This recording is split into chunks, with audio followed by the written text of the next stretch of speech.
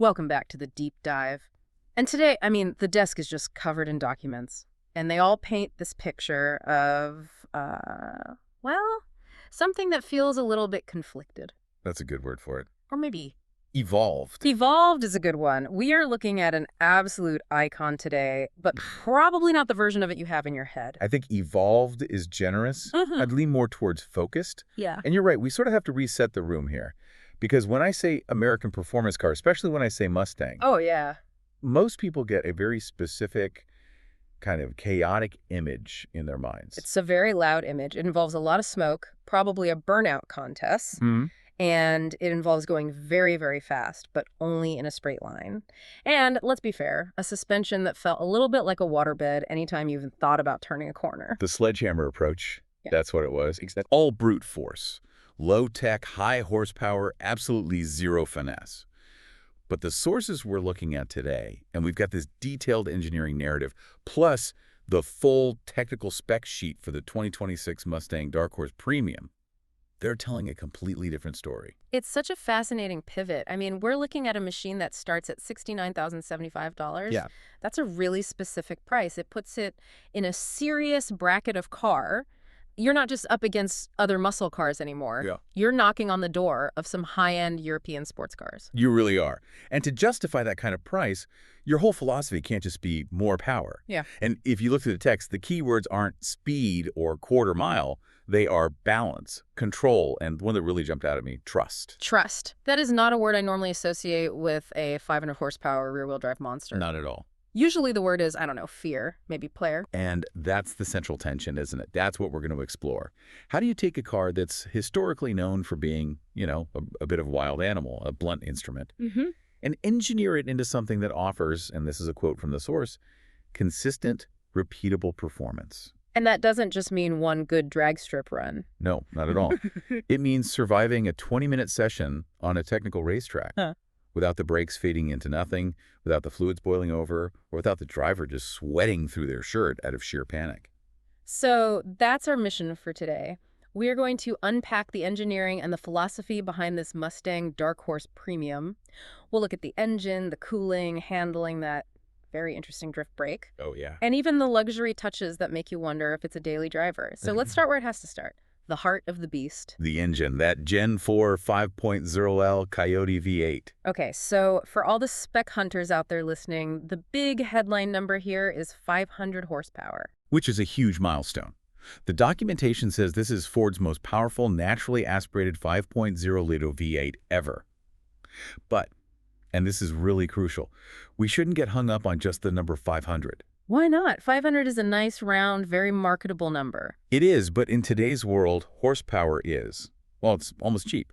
You can get an electric family SUV that makes 500 horsepower and does 0 to 60 in 3 seconds flat. Right. If we just look at the number, we're missing the entire point. Yeah. We need to look at how it delivers that power. The narrative document explicitly mentions naturally aspirated response. Okay, so let's unpack that. For a lot of people listening, they're used to modern turbocharged engines, maybe even electric vehicles. Why is that distinction, naturally aspirated, so important here? It changes the entire personality of the car. In turbo engine, you're using exhaust gas to spin a little turbine, forcing air into the engine. There's physics involved, and physics takes a little bit of time, so you put your foot down. And you wait. You wait a split second for the turbos to spool up, and then whoosh, you get this massive surge of torque. That's the lag everyone talks about. Exactly. It's really effective for raw speed, but it can be really unpredictable if you're mid-corner. If that surge of torque hits when your tires are already at their limit of grip, it can upset the whole car. Right. With this Gen 4 Coyote, because it just breathes air naturally, the connection is direct. The source describes it as a direct connection between the throttle and the road. So it's totally linear. If you ask for 10% more power with your foot, you get exactly 10% more power at the wheels. Precisely. It builds so smoothly right through the rev range. There's no artificial surge. And when you're driving at the limit, that predictability is what lets you trust the car. You're not guessing when the power is going to hit. You are modulating it perfectly. But all that power creates a ton of heat. And heat is the enemy of performance, isn't it? I noticed the spec sheet lists a surprising number of coolers. It's an obsessive amount of cooling. And this goes right back to that idea of repeatable performance. A lot of cars can do one fast lap. But then the oil gets too hot. the transmission fluid thins out, and the car's computer pulls power. It goes into limp mode to protect itself. Right. The Dark Horse Premium comes with dedicated coolers for the oil, the transmission, and even the differential. A differential cooler. And that feels like overkill for a street car. For a car that's only going to the grocery store. Yeah, absolutely, it's overkill. But for a car that is designed from the ground up to live on a track, it's essential. Okay, walk me through why that's so important. Well, the differential is that mechanical box between the rear wheels. It takes all 500 horsepower and splits it to the tires. When you're pushing all that power through all those gears, around tight corners, lap after lap, that generates immense friction and heat. Okay. If that fluid gets too hot, it loses viscosity. It basically becomes like water. Then you get metal-on-metal contact and things break. By cooling it, Ford is explicitly saying, we expect you to run this car hard for 20 minutes straight. It's an engineering promise of endurance. It's about that trust again. Trusting the car won't just give up on you when you're finally having fun. Exactly. Now, you have to get that power to the wheels somehow. And the specs show a choice. Option A is a 10-speed select-shifty automatic. Which, is a fantastic piece of technology. Yeah. It's incredibly fast. It always keeps the engine right in the sweet spot of the power band, and it's efficient. Option B. This is where it gets nostalgic for me. The Tremec 6-speed manual transmission. It's more than just nostalgia, I think. It's a philosophical statement. The source material directly links the manual transmission to the Dark Horse identity. Right. In a world where almost everything is automated, choosing a manual is choosing to be involved. It's a choice about connection. And has a feature called rev matching. Now, I know some purists get a little grumpy about this. They say, oh, I want to do the heel-toe shifting myself. They do. But the analysis in here suggests rev matching is actually better for the car's stability. It is, absolutely. So let's just explain the physics of a downshift really quick. You're coming into a corner hot, you're braking hard, and you need to go from, say, fourth gear down to third. The engine speed is low, but the wheels are still spinning fast. If you just dump the clutch in the lower gear without bringing the engine speed up, the engine acts like a massive brake on the rear wheels. And the car lurches, right, jerks forward. Violently. Yeah. That's called drivetrain shock. It completely unsettles the suspension.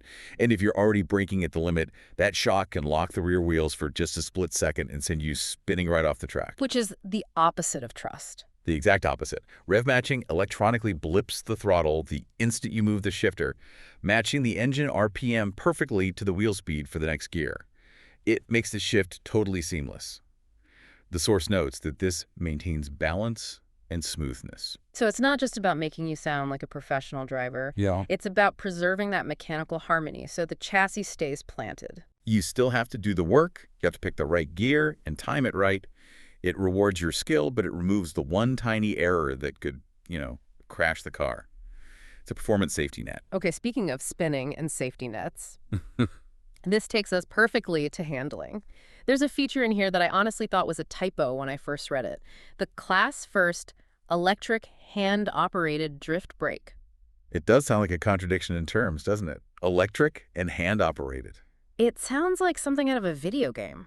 It really does. It looks like a traditional mechanical handbrake lever inside the car, right? The kind we all grew up yanking in snowy parking lots. Yeah. But it's actually electronic.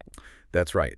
Visually and ergonomically, it mimics that old-school mechanical brake. It has the handle, the button, the feel you expect. But underneath all that, there's no steel cable running to the rear wheels. It's all integrated with the car's electronics. And the source is very, very defensive about this. It says explicitly, it is not a gimmick. That's a key distinction because it's so easy to just dismiss it as a toy for making social media clips. But they describe it as a functional tool. It was engineered specifically for controlled performance driving. So how does it actually work differently from an old cable brake? The cable brake is kind of imprecise. Yeah. The cable stretches, it takes a lot of effort to pull hard enough. This system talks to the car's stability systems. When you pull that lever, the computer creates instant hydraulic pressure to lock the rear wheels and initiate a drift. Oh, wow. But because it's electronic, it can modulate that pressure way faster and more accurately than your hand and a steel cable ever could. So it lets you initiate a slide or maybe rotate the car in a really tight environment like an autocross course with perfect repeatability every time. That's it. It's using advanced digital tech to enable a very raw, sort of hooligan analog behavior. It's a tool to help you navigate those tight corners where you need to get the car rotated quickly. Again, it's tech that enhances the physical experience, not replaces it. But eventually, all the fun has to stop. And if you're going 150 miles an hour, you need some serious stopping power. What's the brake setup? We're looking at Brembo 6-piston front brake calipers with much larger rotors, and looking at the options list, you can even get them in black, red, or something called Notorious Blue. Notorious Blue, I love that. It sounds like a jazz album or something. It adds some flair, for sure. But the real engineering purpose here is consistent, fade-resistant stopping power. And we should probably define fade because it's genuinely terrifying. Please do. Brake fade is when so much heat builds up in the rotors and the pads that either the fluid boils or the pads start to release gas. You go to hit the brake pedal, and instead of a firm wall, it feels like you're stepping into a bowl of mashed potatoes. And the car just doesn't stop. The pedal goes to the floor and the car doesn't slow down. It is the ultimate loss of trust between driver and machine. Wow. So the Dark Horse is built to ensure that pedal stays firm and confident from the first lap to the very last. That is what those 6 pistons and massive rotors are for. And keeping the car glued to the road through all that is the suspension. The spec sheet lists the Magnaride damping system. Now, we've seen this tech before, but how does it fit into this whole Dark Horse philosophy? It's really the magic bullet for that daily driver versus track car dilemma. In the old days, if you wanted a car that handled well on a track, you had to install incredibly stiff springs and shocks. Right, which meant driving to the grocery store felt like you were falling down a flight of stairs. Your teeth would rattle out of your head over every single pothole. Yeah. Magnaride changes the game. The fluid inside the dampers has these tiny iron particles suspended in it. When an electromagnet activates, the particles all align and the fluid gets thicker, almost solid. And how fast does that happen? Up to 1,000 times per second. It's adapting in real time. So it can be compliant and soft while you're just cruising on the highway, but the millisecond, literally the millisecond, you throw the car into a hard corner, it stiffens up to support the chassis and keep it flat. So it's reacting to the road before you even realize the road has changed. Exactly. And you combine that with the independent rear suspension and the other structural braces like that K-brace, and you get a platform that's not just stiff, it's intelligent. It works across all kinds of road surfaces. Now, I want to get into the weeds here for a second on the handling package, because the spec sheet differentiates between the standard setup and this optional package, and the difference in the tires is, well, it's massive. It's probably the most significant option on the whole sheet. So, standard, you're on 19-inch wheels with 255mm wide tires in the front and 275s in the rear. Okay, that's pretty wide already. It is. That's plenty of tire for a normal car. But if you tick the box for the Dark Horse handling package, you get significantly wider rubber. We're talking P305 section width tires in the front and P315s in the rear. 305s on the front. That is incredibly wide for a front tire. It's huge. That's supercar width. And what that tells us is that Ford was absolutely serious about eliminating understeer. And understeer is when you turn the wheel, but the car just keeps plowing straight, right? Correct. It's the classic weakness of heavy, powerful front-engine cars. By putting that much rubber on the front axle, they're ensuring the front end just bites into the asphalt the moment you turn the wheel. And these aren't just any tires, they're Michelin Pilot Sport Cup 2s. They're basically street-legal race tires. And the wheels get wider, too, to support them. Right, they go up to 10.5 and 11 inches wide. This package isn't for looks. It fundamentally changes the mechanical grip of the car. It transforms it from a very fast street car into a truly dedicated track weapon. If you are ever going to take this car on a track, this is the package you buy, no question. Okay, let's step back and look at the whole car. Segment 3. Honesty in engineering. That's a phrase I pulled from the source text. What does that actually mean in terms of the car's design? It means form follows function. In the car world, especially with performance cars, there is such a temptation to just glue on fake vents and scoops to make a car look aggressive. We've all seen them. The plastic honeycomb vents that are just solid plastic behind the grille. Exactly. The Dark Horse Premium just rejects that entirely. Take the big vent on the hood. It's not just for decoration. It's there to extract heat from that massive cooling pack we talked about earlier. Right. The grills, they're called unique lower and outboard grills in the specs, are designed to funnel air specifically to the brakes and to the engine's air intake. Even the little aerodynamic bits are functional, creating real downforce. What about the exhaust? The active valve performance exhaust, the one with the black tips, it adapts. It can be quiet when you need to be a good neighbor, leaving for work at 6 in the morning. And it can be loud when you want that presence. But the key is that the source says it avoids unnecessary noise. It's not just shouting to shout. The sound is authentic to what the engine is actually doing. Visually, though, it is pretty distinct. The source talks a lot about a tarnished dark theme. It does. This is the Dark Horse branding really coming through, instead of bright, shiny chrome, which feels very traditional, and, frankly, a bit dated. Everything is anodized or painted in this darker, low-gloss finish. The badges, the mirror caps, it gives the whole car this sinister, kind of understated look. It's not trying to grab your attention with sparkle, it's grabbing it with menace. And you can still get stripes, of course, vinyl or painted. Of course, it's a Mustang, but they're in high gloss or that tarnished dark color. It lets you customize it, but it all stays within that same aggressive, moody aesthetic. Okay, let's open the door and get inside. Segment 4, the cockpit. This is where the digital part of the modern world really crashes into this analog driving experience we've been talking about. It is a very high-tech space. The centerpiece is this massive magnesium-framed panoramic curved display. It's really two screens that are blended together. You have a 12.4-inch digital instrument cluster right in front of the driver and a 13.2-inch center touchscreen. It looks like one giant piece of glass just wrapping around you. That sounds like a lot of screen. Does the expert analysis worry about that being a distraction? It's a valid concern, for sure. We're always preaching eyes on the road.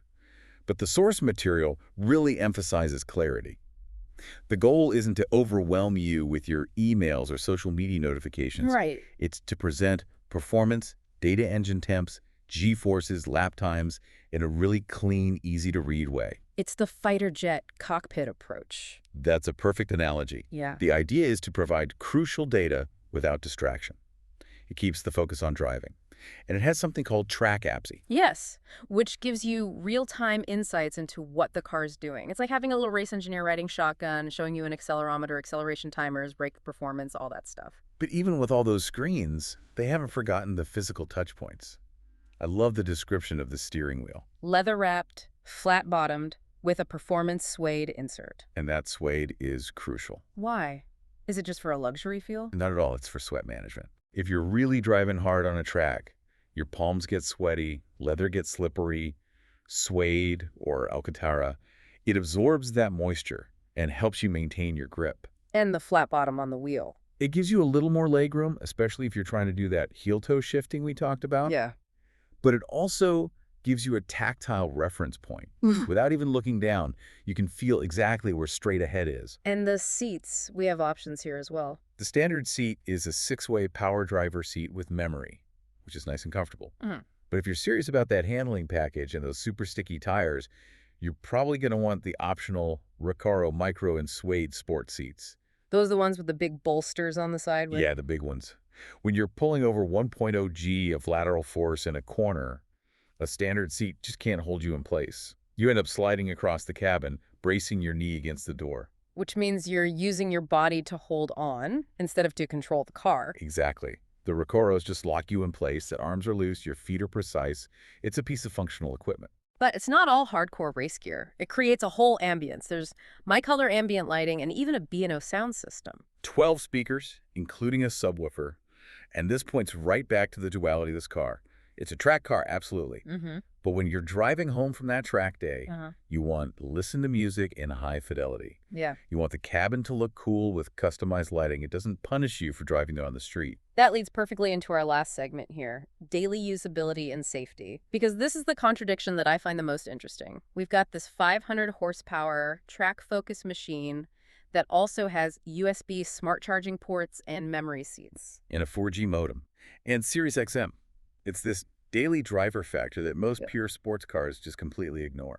If you buy a Lotus or some other dedicated track toy, you usually give up all these comforts. The source notes the Dark Horse Premium remains comfortable for daily use, not just performance driving. But the safety suite is what really surprised me. The Ford Co-Pilot 360 system. It is expensive. You've got pre-collision assist with automatic emergency braking, a lane keeping system, blind spot information system, BLS, with cross-traffic alert. Okay, I have to ask. Why do you need lane keeping on a race car? You don't use turn signals on a racetrack, and you are definitely not staying in one lane. You don't need it on the racetrack, but you need it on the long, boring highway drive to the racetrack. That's a very good point. Think about the drive home after a full track day. You are physically and mentally exhausted. Your adrenaline has completely crashed. You've got a 2-hour drive ahead of you. That's actually a really dangerous time to be driving. Having adaptive cruise and lane keeping there just to watch your back, that's a massive safety net. And the blind spot monitoring. The Mustang has always had, let's call them substantial hips. Huh, yes it has. Rear visibility isn't perfect. If you're driving a wide, powerful car in heavy city traffic, knowing you have that little light on your mirror lets you relax just a little bit. It reduces the cognitive load so you can just enjoy the drive. So it reinforces that whole concept of technology building confidence rather than creating detachment from the experience. Exactly. These systems support the driver. They don't replace the driver. So let's bring this all together then. We've looked at the obsessive cooling, the drift brake, the massive tires, the suede steering wheel, and all this safety tech. What does it all mean? Well, if you synthesize all these different points, the core argument is that the Mustang Dark Horse Premium isn't built around hype. It's built around one thing: confidence. Expand on that for me. Think about all those trust factors we identified. The coolers give you confidence that the engine won't melt down. The MagneRide gives you confidence the chassis will handle a surprise bump mid-corner without upsetting the car. The manual transmission and that drift brake give you confidence in your physical, mechanical connection to the machine.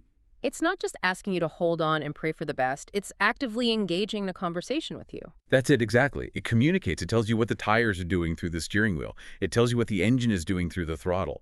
It's an authentic experience. And that leads me to my final thought for everyone listening.